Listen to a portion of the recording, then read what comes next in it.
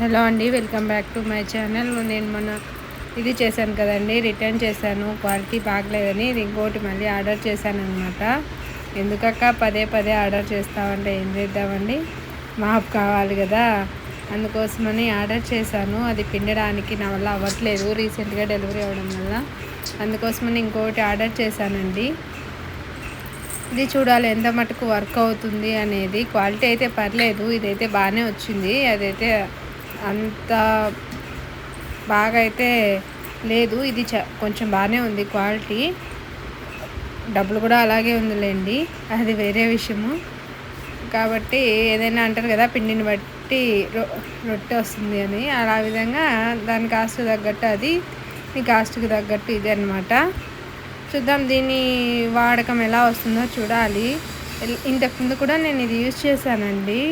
అయితే మా ఆయన వేరే